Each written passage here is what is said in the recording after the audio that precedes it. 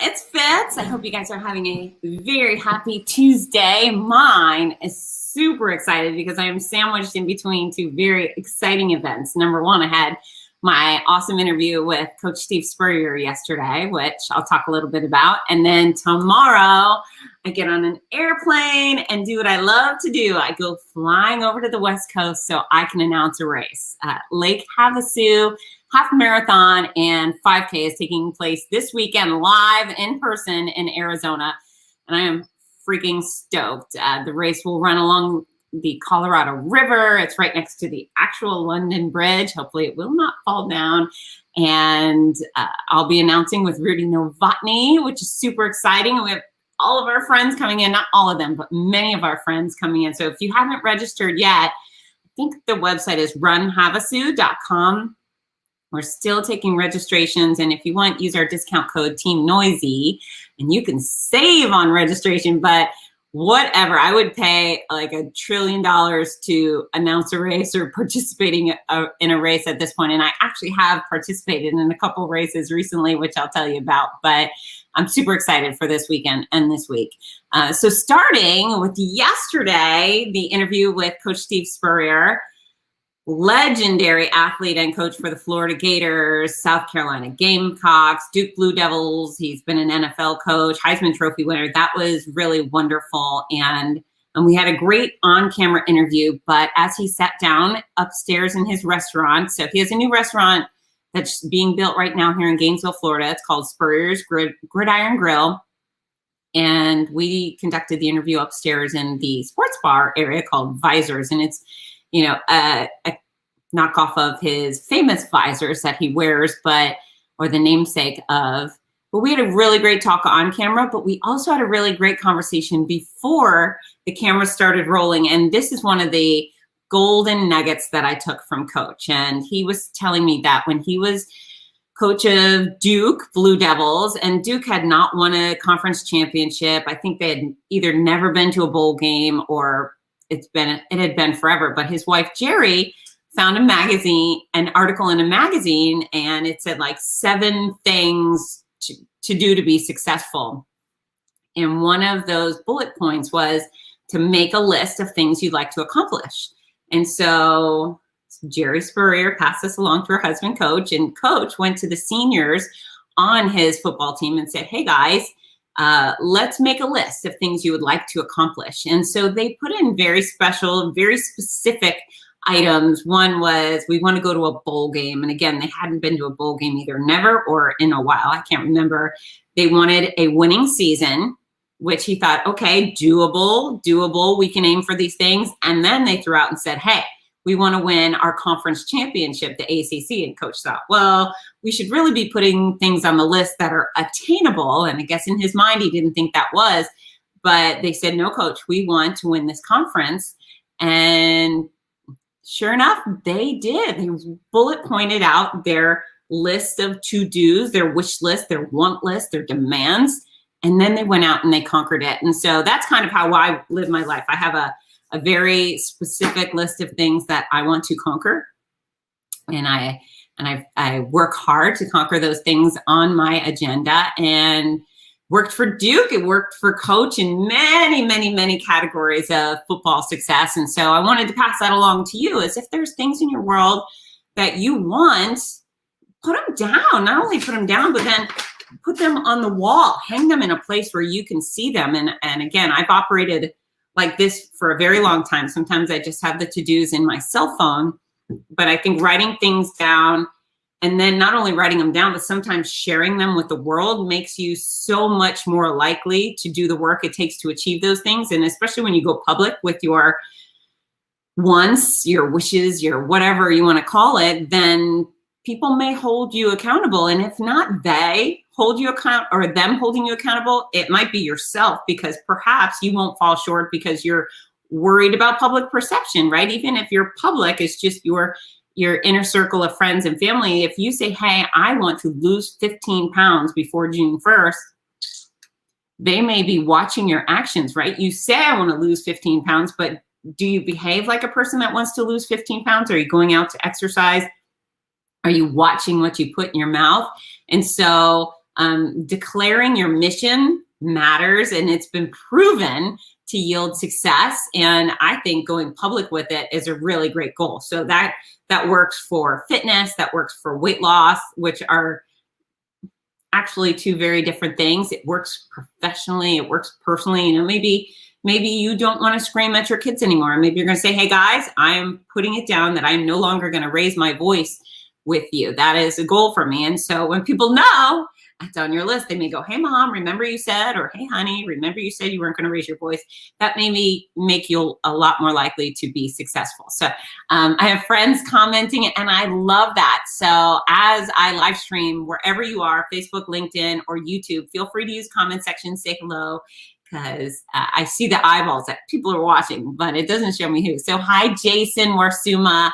I love Jason. He's one of the sweetest men in running. He's a big fan favorite in Los Angeles, and I can't wait to see him again soon. So again, the interview with Coach Spurrier was fantastic. Special thanks to my interns, Sydney and Morgan and Brent and Evan. They worked very hard to help make sure that was a top-notch production.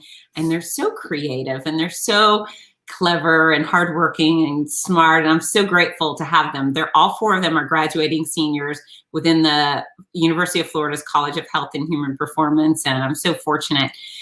I usually have great interns. This crew is above and beyond. And then also my photographer, Phil Stokes. Oh, he's so talented. And one of the things I love best about Phil's photography, that's PCS photography, is that his colors are so vibrant. Every image he takes is really just stunning, and he makes me look way better than I do. Hi, Victoria. Victoria's having a great week, a big week. I'm very proud of her. She's just run bald for the first time. So she's going through breast cancer treatment, which is not a lot of fun, but she took off her hat and she allowed the world to see that gorgeous head of hers, and she's doing really well with her treatment. So hi, Sweet Pea. I'm glad you're checking in. We got Beth here. Nice to see you, Beth. Beth has her new bionic leg. She has a prosthetic leg, and it runs off an app now, which I think is amazing. So good to see you, Beth. Jennifer Sawyer. We grew up with Jen and I. We had so much fun. We got in a lot of trouble together too, which is, I have lots of memories of wreaking havoc on Fort Lauderdale with you, Jen, and I love you and I miss you. And we got Tim Powell. Tim is so great. He's one of my hotties, and Tim has lost, golly, I'm pretty convinced it's over 100 pounds, and he's not only lost tons of weight, but he's built athletic adventure into his life. And so this is actually a great place to talk about weight loss. So if you aren't familiar with the exact formula for weight loss, you need to head over to fitsness.com. See this banner here, fitsness.com. Go there. Right on the cover page, if you scroll down, is an article. It's called Exact Formula for Weight Loss. And you'll allow me to teach you how to eat the right amount of the right food for the size you want to be. It's not a diet. There's no sales pitch. There's no powders, pills, supplements, shakes, any of that nonsense. It's just a little science, a little math, a lot of discipline. And look at Timothy. He's down 160 pounds. Thank you, Tim, for filling in the blank. You know, my mind doesn't keep the numbers anymore, but 160 pounds. And so Tim completely turned his life upside down. And now he's an athlete, and he's a hunky guy out there. And all the girls are like, hey, Tim. So if he can do it, you can do it. I was on a phone call with my hotties. So my hotties are the group of folks that I guide in my Facebook group. It's called the Hottie Body Fitness Challenge. Anyone is welcome to join. And we have a couple of thousand wonderful people involved that utilize the exact formula for weight loss. They also utilize my daily workout assignment. So I say, here, you don't have to think. I know thinking is sometimes the hardest part when it comes to exercise or weight loss. So I make it easy for you. I say, do these exercises, and here are little workout videos attached to the exercises so you know exactly what to do. And if you have other things you want to do for exercise, that's fine. But I want to make sure you at least have the opportunity to follow a strategic, thoughtful plan that targets all your body parts. So the Hottie Body Fitness Challenge, it's on Facebook. It's free to join. And we do weekly conference calls lately, Zoom meetings. And this Sunday, hosted by Michael Jones, there was 11 of us. And between just the 11 of us that were on the phone or on the Zoom, we had lost 420 pounds using the exact formula. That's 11 people. If Tim was on, we would have been close to 600 pounds with 12 people. So again, these are people that are losing the weight, keeping it off, and having great success in life because of it. So I'd like to help you achieve wonderful success. And with 11 people, 420 pounds, gosh, if we just boiled it down to 35 pounds a person, that's pretty desirable. And then you get these incredible outliers like Timothy, although Timothy's not an outlier because we have tons of people that have lost 100-ish or more pounds using the exact formula for weight loss. So I want to be able to help you do that too. So jumping back, if you want to see the interview with Steve Spurrier, get online. It's there on YouTube. It's still on my LinkedIn event page. Facebook has it. It's easy to find. And I highly recommend checking out that restaurant when it opens in June. Emma Wiggle, if you saw that interview last week, the poor girl, she was locked down in quarantine. She's an Australian. The Wiggles are Australians, and they were headed to New Zealand to perform, but they had to do 14 days of hardcore quarantine. It was like Wiggly jail. And that interview was really, really fun. Another thing you could go back and check out, but sweet girl, they're free from quarantine. It looks like they're living large. They're on their first tour they've been on since the world shut down. It looks like they're having a heck of a lot of fun, and obviously supporting a bunch of little teeny tiny toddlers and preschoolers that love to sing and dance and learn. So check out that Wiggly interview. And if you're in New Zealand, go see a show. How lucky for you. And then here's my other news for today. This is very, very special to me because this morning I went and had a pre-scheduled mammogram ultrasound. And so part of the deal, once you're done with breast cancer treatment, they keep an eye on you. So I see my oncologist every 3 months. I've seen my radiologist a couple of times since treatment ended, and they keep doing scans just to check and see. And so, well, I feel very confident and comfortable that breast cancer is done and it's not likely to recur. I think the recurrence rate for someone in my position might be 3 to 5%.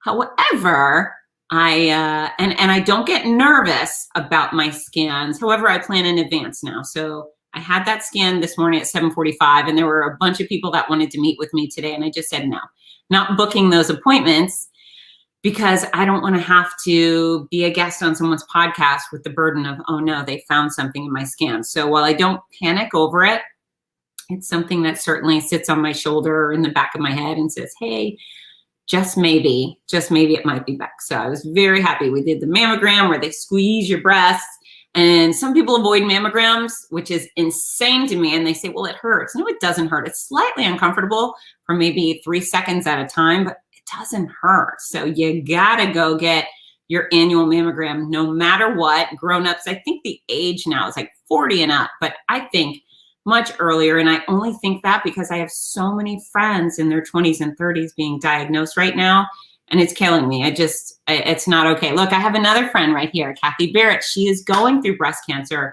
treatment. Thank you for your support, and you inspire me back, Kathy. And I was actually thinking about calling you this morning, and I had a chaotic morning, but I wanted to check on you, and I hope you're doing well and feeling great. And, you know, I know as you will can use your experience to encourage other people, not only get those mammograms, but then squeeze your stuff. So look, I'm squeezing it on camera, and here's the deal. It's not creepy because it's my stuff, right? They're my hands. I can put them in my shirt and I can have a squeeze, and there's nothing wrong with that. And so ladies and guys, you should be squeezing your stuff regularly.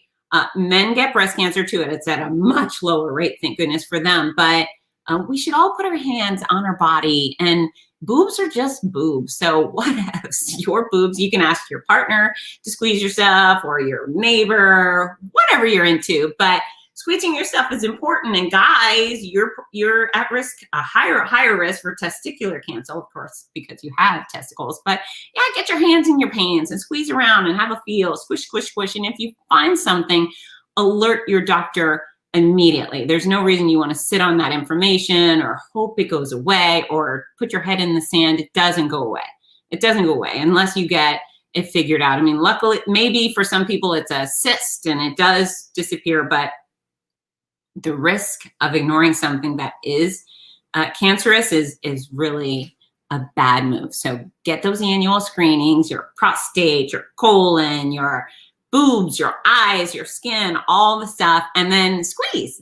And then if you find something weird, report it immediately. Those red flags are there for a reason. And if you had a red light go on in your car, like check engine, you would take it to a mechanic immediately. And your car is like,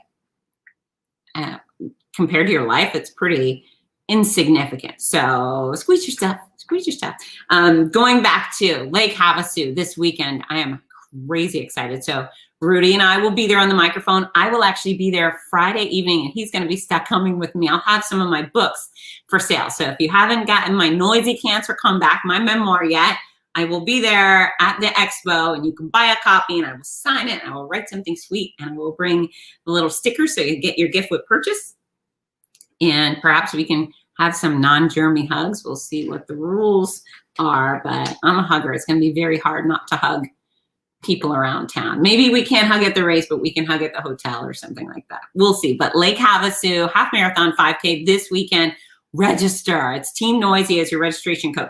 And then I just had the race director for Gasparilla on this live stream last week, and Susan Harmeling. Man, is she a great lady. She's very smart, and boy, I think she's pulled a rabbit out of the hat by getting permission to utilize Bayshore Boulevard at Gasparilla this year. So while our race won't be like a normal structured race where everybody gathers for the mass start, we'll have all the other things. I will be there at the start and finish line, and there will be start and finish line structures. I will be in the middle. I will have a fancy sound system. I will be making lots of happy noise, playing music, and everyone needs to come dressed as a pirate. And then you can run your own race at your own time. I will start you off. I will yell go as many times as I need to that day, or those days, Saturday and Sunday. I think the roads are open between like 5 a.m. and 11:45. And then I will welcome you all back. Ahoy, mateys. Join us for our swashbuckling good time. But I'm really hoping everyone comes to Gasparilla, because here's the deal. Florida is open for business. Tampa is open for business. I don't necessarily agree with the fact that they won't let us have the whole event, because I think we're ready. We're ready, and many other events are taking place, but the rules are what they are. So the beaches are open, the restaurants and bars are open. You can still fly into Tampa and have a blast, especially if you're coming from one of the very rigid lockdown states. Escape to Florida. We want you to come. Bring your running shoes and your friends and have fun. Floridians will welcome you with open arms. We're excited to have our tourist industry booming once again. Okay, that's Gasparilla. And I haven't talked about this yet, but I ran a Savage race 2 weekends ago. Maybe I did talk about it. Either way, I'm going to talk about it again. But here's the deal. As I got out there, and I had registered for the 6 miler, and I have yet to do much over 3.5 miles since my diagnosis in February of 2019. So that had kind of been something I conquered very quickly after the mean chemo. I went out and I walked a 5K on the streets of Los Angeles, the Bimbo Global Energy 5K. And so I thought, okay, I can do this. And I have been walking 5Ks, and I've actually run one independently, and that was really hard, but I did it. But I've stuck to around the 3.5 mile mark. That just has been where I've chosen to stop. So with Savage, I thought, okay, I'm going to go for the longer distance. 2 weeks prior, I did this Spartan race in Jacksonville, Florida. And that 5K felt like enough. You know, it was 5K full of obstacles. And when I was done, I felt kind of depleted. And I thought, okay, that was enough. But apparently 2 weeks later, I was ready for the 6 miler. And I got out on the course, and the morning of, I tried to fuel up properly. Now, here's the deal. My stomach's still a little weird from all the chemo. It's still weird. It doesn't like food. It doesn't like lots of food specifically. So I have to eat in tiny little bits. And so that morning I got up and I had a Kind bar. And then, you know, half an hour later I had a banana. And then half an hour later I had a little Clif Bar. And then I had another banana and a couple of tangerines. So within the first 5 hours of the day, I tried to consume as much fuel as I could to prepare myself to go the different distance, because you need fuel for 6 miles, especially if you're kind of in a lesser state like I am. Now, mind you, I already qualify as being a fit girl, and I'm much stronger than I was. So I'm not playing wimp here at all. It's just, it was a new challenge. And I got out on the course, and the first mile, of the 6 mile is the same as the first mile of the 5K. So race announcer Jeff Meeks, who's wonderful on the microphone, he yells go. And the group of us doing either race stay together for a mile. And so it was 85 degrees and I felt depleted within the first mile. I thought, oh no, I'm never going to make 6 miles. This is going to be bad news for Fitz Kohler. So I'm just going to tap out and do the 5K. And so for the whole time, the first mile, I kept thinking, I'm not going to do it. I'm not going to do it. I'll just do the 5K today. And the closer I got to that 1 mile mark, I thought, well, what's the worst that can happen? And so instead of going left for the 5K, I decided to go right. Go do the 10K. I figured if I hit the wall and something negative happens, they'll send a golf cart out for me or a gator. So I went to the right, and I think the secret for me is they had bottles of water out on the course. And so at least every mile I was drinking a full bottle of water. And fortunately, I felt much better at mile 4 than I did at mile 1, and better at 5, and better at mile 6 than I did at mile 1. So I stepped outside my box and I did it. I conquered the 6 mile mark, and now, oh, God help me, I'm looking for the next challenge. I want something else fun, and summer's coming, so I imagine I'm going to get back and do more triathlons. And I'm not great at triathlons, but that's okay. It's not about being great at anything for me. It's about having athletic adventure and being healthy and fit. And I am okay being the last finisher on the course. And I was last year. Right after I finished chemo, I did the mini sprint triathlon in Claremont. And I actually, not only was I last, but I was hyperventilating, walking my bike up the hill with the police officer with the lights going behind me. And instead of being embarrassed, instead of feeling shame that I was last, I felt so much pride that I was out there doing a triathlon. So perhaps you too can figure out a way to be super proud of your accomplishment, no matter where you fall. You know, it's about hitting the start line. That's the most courageous thing an athlete can do, is get to the start line. And then, you know, what happens after that? Every step matters. Every step, every inch, every mile is a reason to celebrate. And, you know, I feel good about that. So I hope you'll join me in those brave moves. We got Victoria. First mile of every race is the hardest. After that, it's usually easier after you adapt. Way to push through. Yeah, thank you. I agree. You know, even, you know, pre-cancer nonsense. I remember, you know, some of my half marathons. I'd be at mile 2 thinking, why did I do this? This is terrible. Oh my God, what's wrong with me? And then things got progressively better. And of course, they get a little progressively worse at times. But yeah, the first couple of miles, just getting kind of sorted is the worst. And then you settle in. I really find that I'm enjoying trail events. So trail races are just please me. I like being out in the woods. I love forests. I love running on flooded trails. I love having to focus on, like in Florida, I'm looking to see if there's any alligators in the nearby or snakes. So instead of focusing on, gee whiz, I'm tired, am I burning calories, my knee hurts, I'm just looking for critters that might want to eat me. And that doesn't sound like it's a good idea, but it is. For me, that takes my experience up a major notch. So I'm hoping y'all will start looking for races near you. There's an app, it's called Let's Race, and I'm going to show it to you on my phone. The phone, everybody, I guess we can all just assume everybody's got a fancy phone now. Where is the Let's Race app? Oh, okay, so this is Let's Race. It's got the little black and neon green bunny, and I love this app for helping me find events. And you can narrow it. I want a 5K. I want an obstacle course race. I want a marathon. I want a virtual, whatever it is. You can say where you want to race and it'll help you find it. But there's actually a ton of events taking place around this country now. So if you're looking, you will find something. And I encourage you to look, because the world is opening back up. And I think races are an awesome incentive to get moving, get active, and do better and be better. So we've got a handful of people left on the call. Does anyone have anything fun you're doing this weekend? Is anyone joining me in Havasu? Any comments, any questions? I love all the activity today. It's so nice to see so many friends online, and I'm probably not going to be able to stream or live stream as much as I have been because I'll be on an airplane tomorrow and I will be the burden of Delta Airlines. That's right. They're going to have to deal with me and my noisy self. Although I was bumped up. I'm a platinum medallion member, so I was bumped up to not just first class tomorrow between Atlanta and Vegas. I am bumped up to Delta One. And if you have not flown Delta One, I highly recommend it. It's the bed's actually fully recline.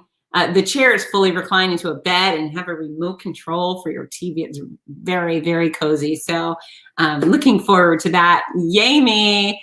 Thanks, Delta, for the upgrade, free upgrade. So I paid coach and I'm flying fancy first class. That's a nice way to be. And I suppose that's a reward for being a loyal customer. But yeah, don't forget, go to fitsness.com if you haven't been there in a while. It's been completely updated, especially the cover page. And I'm super excited about that. My intern, Sydney Summers, worked some beautiful magic on that page. I think it looks a lot better. It's easier to navigate. And again, on the cover at the bottom, you'll find the exact formula for weight loss. And if you are an athlete, you like to do races, check out that strength training for runners video. Will help you run further, faster, pain-free. So I'm about to giddy up and get moving, but I love you all so much. And I hope you choose to make that list we started out talking about. Make a list of things you want to accomplish and then put it somewhere you can see it. And then maybe share that list with the people around you so they'll hold you accountable, because life's short. There's a lot of opportunity to accomplish a lot of things, even things you don't think you're capable of. You'd be surprised. You'd be surprised what a little bit of effort and innovation can achieve. So that's it for me. I'll see you soon. Have a great day, team. Get to work. Bye.